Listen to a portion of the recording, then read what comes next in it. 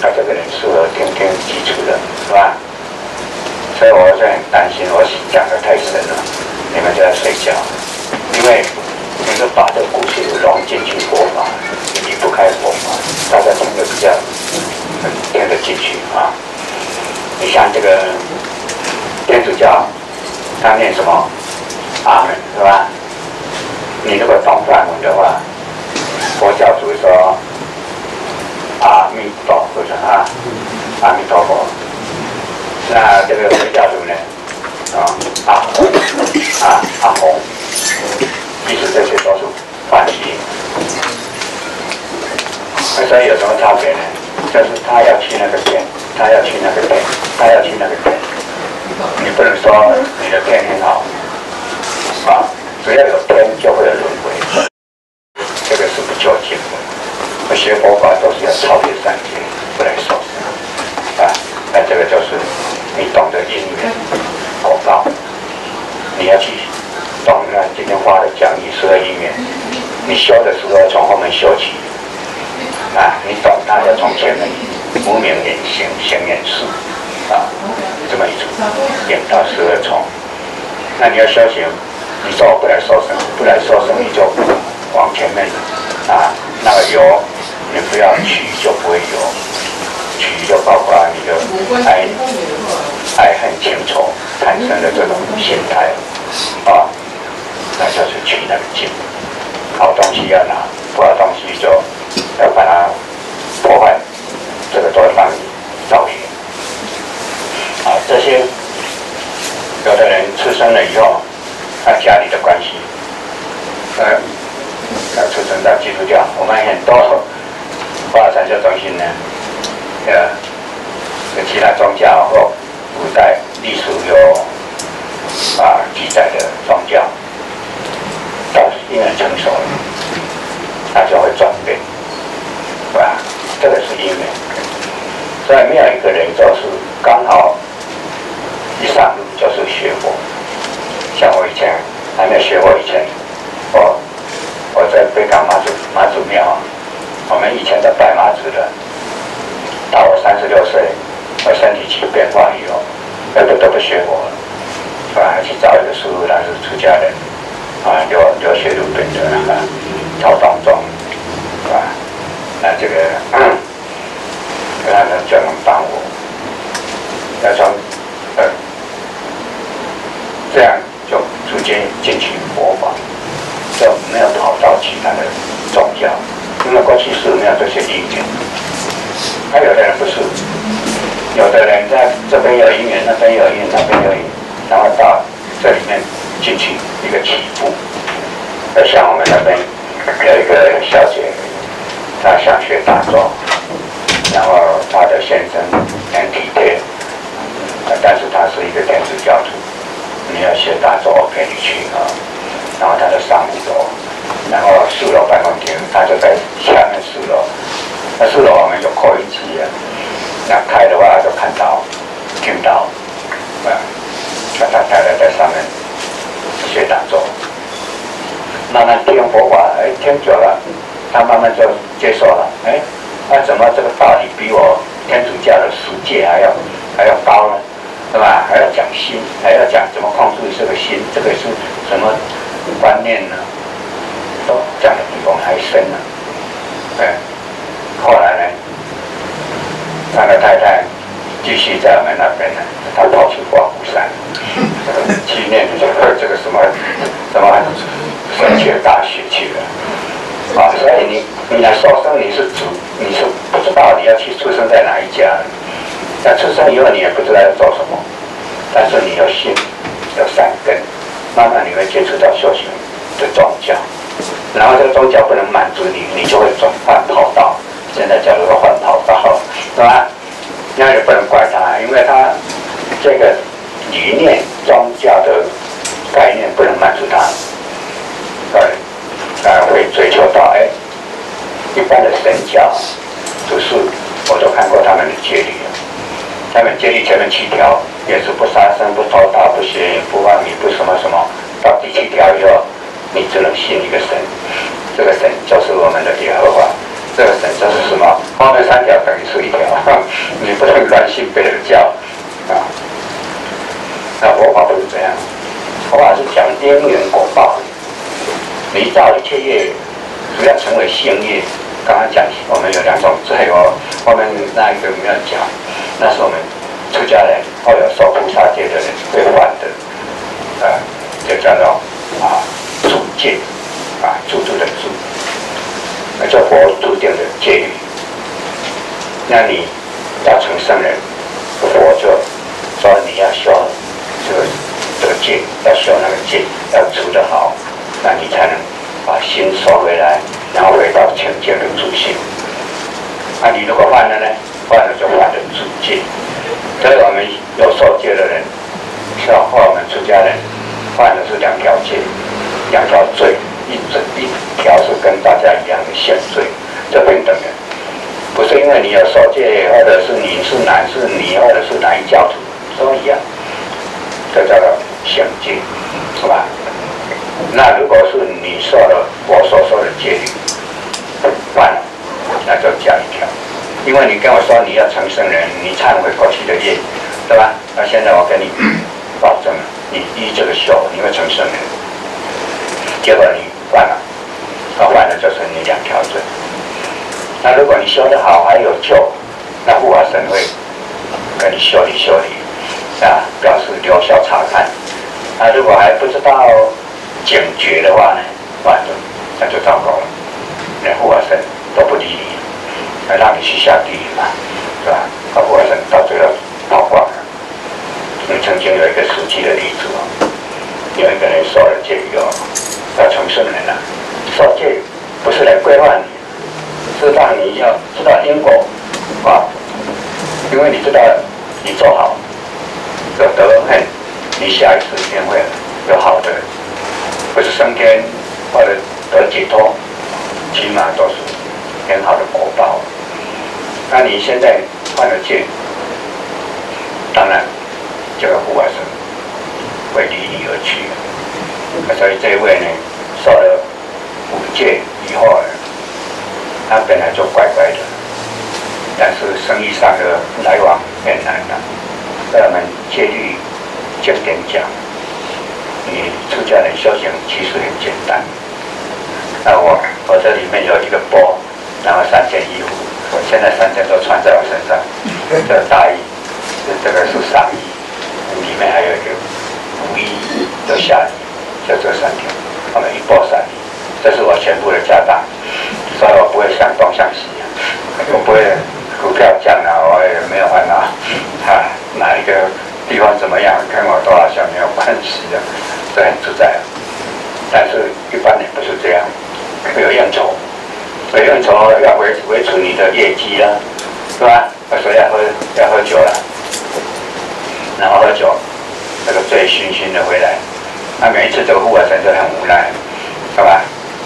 那就一个一个跑掉。你受5戒起码有这个36个护法神轮流在受，你皈依就有11个，那5戒一戒5个，那5、25呢，加11就36个，轮流在受护你。结果你每一次都喝得醉茫茫的，那每一个护法神都这个没救了，走啊，都走光了。后来有一个比较跟他有姻缘的，他就留下了，他就出现一个人坐在他的要进门的门槛，他说：“那你是谁啊？”他说：“我是你的护法神啊！你看我的护法神，那你坐在这里干嘛？我要跟你说再见。那为什么要说再见？从你受5戒刚开始就很用心的在修行，后来你因为生意的关系呢，你每一次都喝得醉醺醺的回来，然后都破戒了，怎么样？除了剩下我跟你说再见了，我要走了，你好自保重啊！然后他就是醒过来了，连酒都退去了，不造那么多业。然后以前发心要受戒，要成圣人，要修行人，到哪里去了？对吧？那我痛改前非，是无法的事情了，这个不能做，是吧？所以这个还是有救，那有的执迷不悟了，就一直堕落下去，是吧？以我们说，你要怎么来不知道，那要走哪一条路也不知道。等到你到60-70岁了，你才知道，哎，为什么我们说，50知天命啊，60什么耳顺啊，什么什么，确实是这样。你在座的大概年龄也都是50-60了，是吧？我72，是吧？你回看过去，其实我们的一生都安排好了，你有没有感觉？该有钱就有钱，那该几个小孩，该怎么样怎么样就怎么样，所以才有了凡四训这一件事的出现。这是我们出生不知道怎么来，但是怎么活也不知道。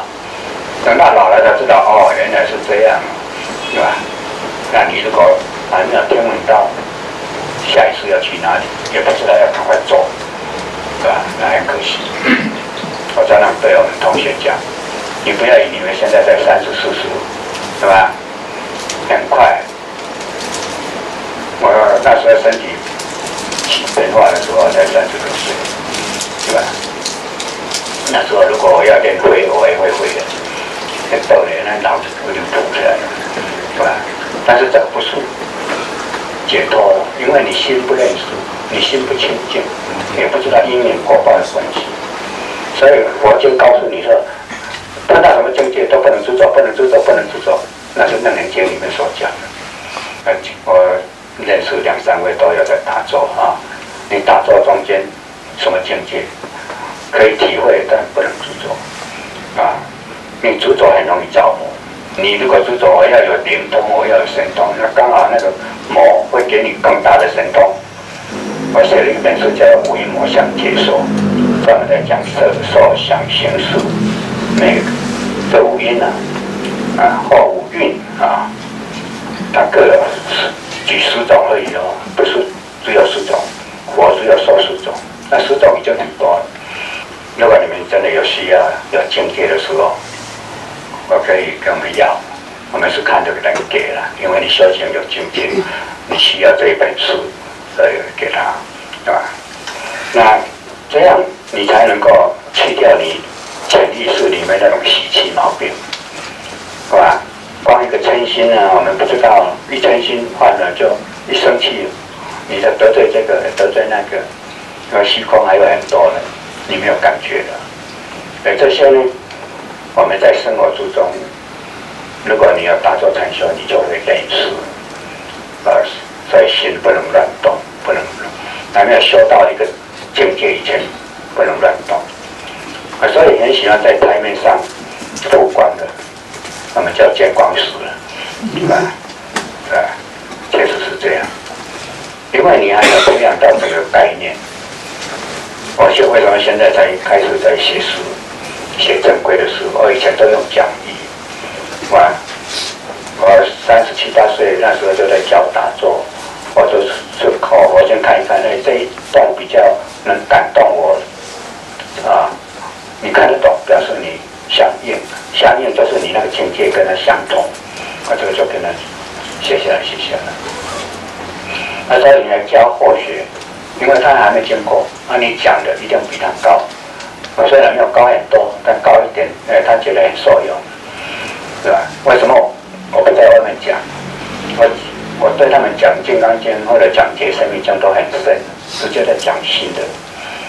你们都就看了，听了我听不懂了，怎么会有8个心，要9个心，还4个心心来心去都搞得乱七八糟，我不懂。你如果有几位有打坐，你就会懂，是吧？这些呢？我所以学习了，我也在学习。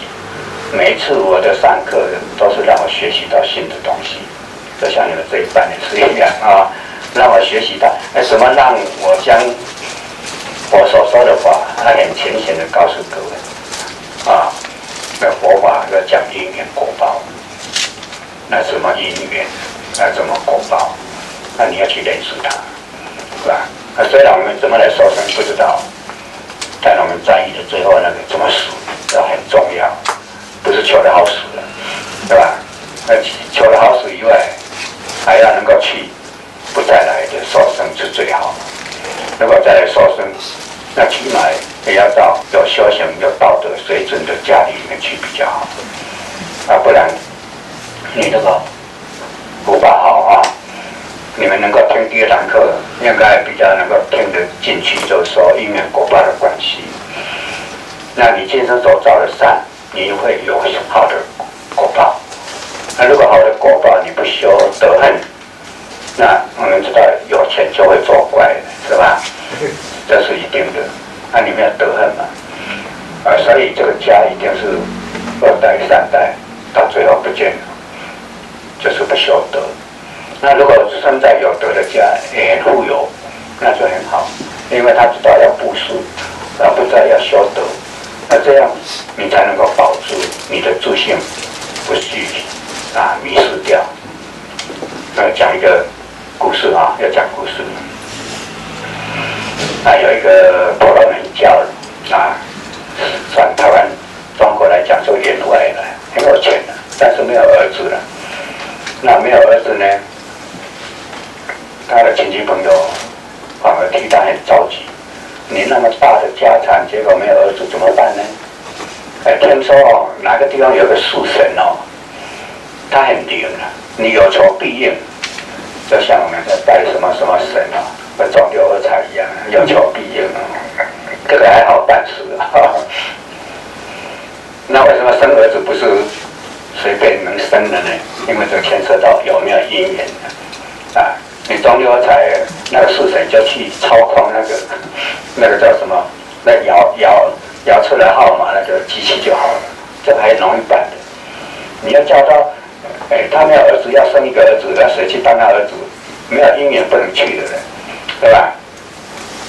所以这个婆罗门很有智慧，他说没有儿子，你去求树神也没有用。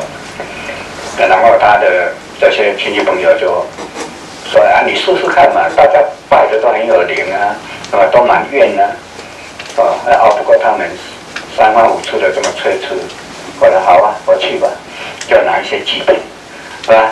这边拿一个，那我说铁锤是吧？一边铁锤一边这个贡品，那就去那个树神那边去拜了。那怎么拜法呢？树神，我现在供养你，我要求一个儿子。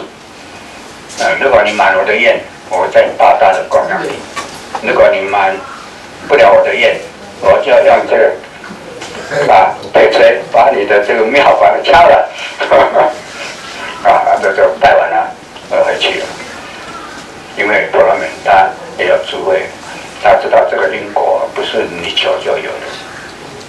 后来这树神马上往上报了，他不能满他的愿所以报到四天王天，欲界第一天。那四天王他说，他应该没有主事，那我也没有办法，这个不行，你再往上报，那就报到玉皇大帝那里去了。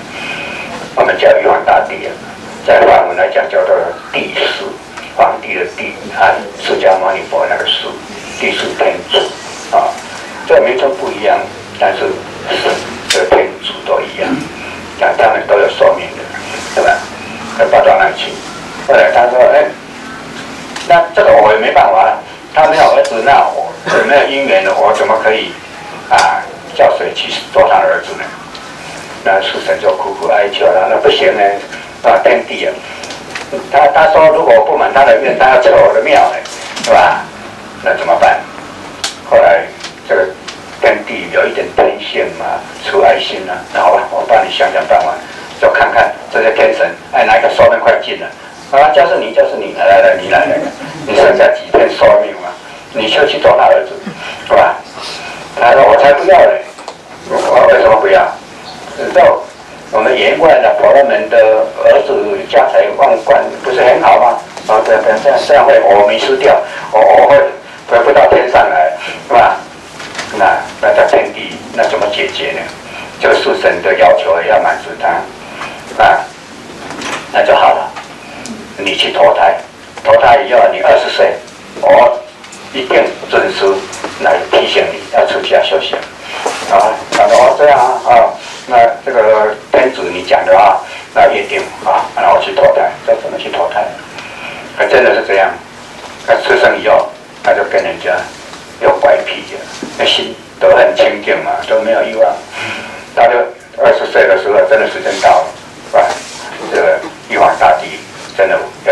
来告诉视线跟一个人婆罗门，提示答案，你应该出家修行啊，你还怎么样？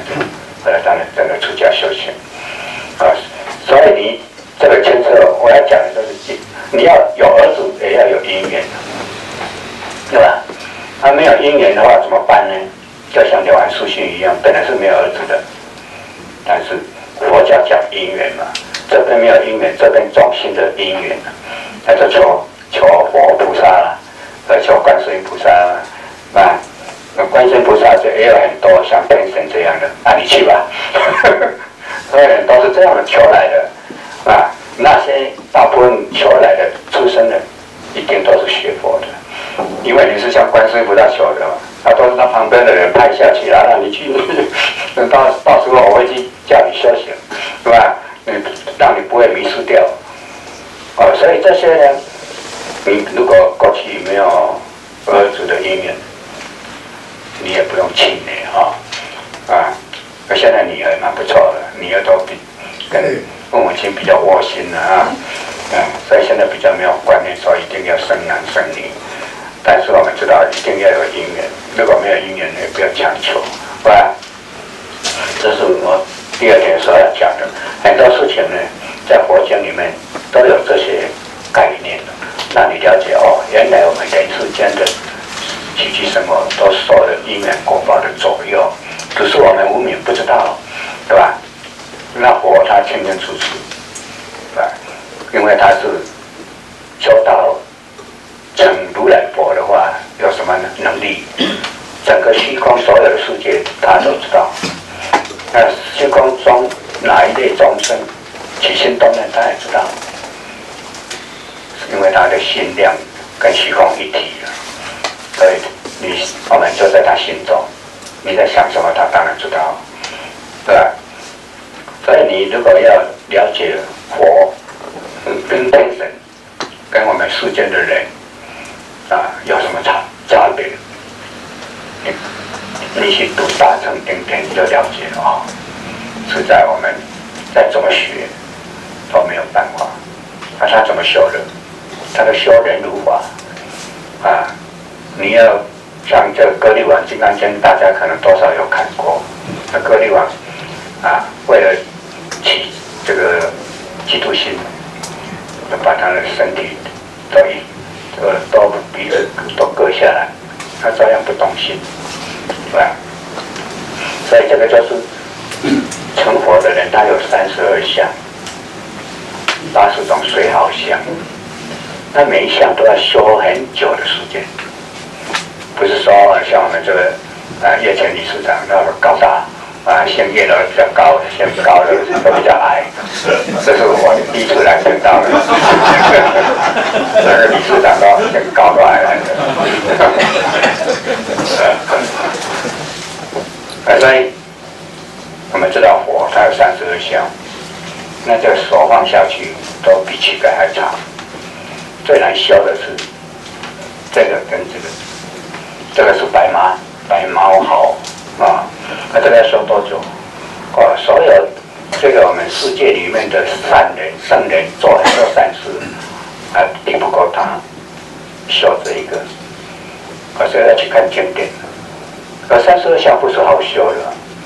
你在赞叹阿弥陀佛说他的这个白毫毛绕了50须弥还绕不完，那是很无世界的修善行，对吧？最难就是这个无间顶相。无间顶相，这个是因缘你没有积那个因缘，你就没有无间顶相。所谓无间顶相，我们人当然看不到。那现在的雕刻佛像呢？如果无间顶相让人看不到，那好像觉得过意不去，所以就从这边呢移到这里来，给你们每个人都看得到。那我不是原来在这里的，是吧？如果在这里，大家都可以看到了。这一回事情，然后在正中间。正中间以外，你修行到那个境界，他都比你高。就像这个释天王天，他的身高一有许就16里我们中国的里对吧？差不多0.6公里，乘以16到10公里，那10公里它是几游行？我们飞机才会3万英尺到了1万公尺。有一次我在头份啊，有一个佛光山的布道所，就像我们这样的。那边这个师姐，他说我那边教打坐，那这个老师那时候还没出家，很早。那我为什么去印度？然后飞机在飞，然后我突然间看了窗户外，哎，怎么有一个人呢？这个眼睛花了吗？再看一下，真的呢，他还在跟我们飞机在走啊。我们飞机用飞的呢，他是用走的看，跟你平行的，一直要给你看。这是天神多高，1万多公尺，你还可以看到它，对吧？所以越往高天，它的声量越大，它的天寿越长，对吧？我讲这个就是说，你如果这个出生到身体高了，是吧？或者这个其他32项都跟人家不一样的，那都是累劫修来的，是吧？有修行。那最难，我回到讲这个无间顶相，有一个外来的菩萨，外太空的菩萨来到我们娑婆世界来，他说：“娑婆世界这个佛，释迦牟尼佛，我心里想要看看他无间顶相，是吧？结果来拜完了以后，他起这个念，那佛早就你起心动念，我早就知道了，你要干什么？结果他就升高1万公尺，结果佛就给他10010公尺，有没有看到？然后再往上，那一个恒河沙的世界那么高，他还是比他高一点，永远都比他高。这无间顶相就这样。那我看佛经这无间顶相怎么修？还是要修很多圣人所修的功德给他，还不够他成就一个功德相。那你都要这些的话，成佛不是那么简单的。你在现在书面上或者电视上或者台面上在讲，他成佛了，他是怎么是不得了了，那个都有问题的，你知道佛的境界是很难的了。你看他求多少苦行这是我在讲，我们来投胎以后，也不知道我们是怎么生活过日子。等到你年纪大了，再回想过去，我为什么开始要修行？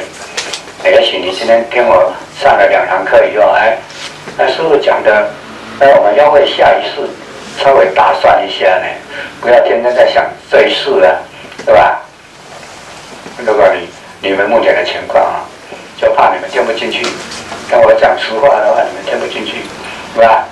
但是我们要想一想，我常常刚才讲，跟同学讲，你不要以为你年轻你一下去就老，你要赶快用功，赶快打坐，赶快能够看到你的心怎么起命那如果不行，要找一个比较稳当的那个净土去处受生，不要再来很容易迷失掉。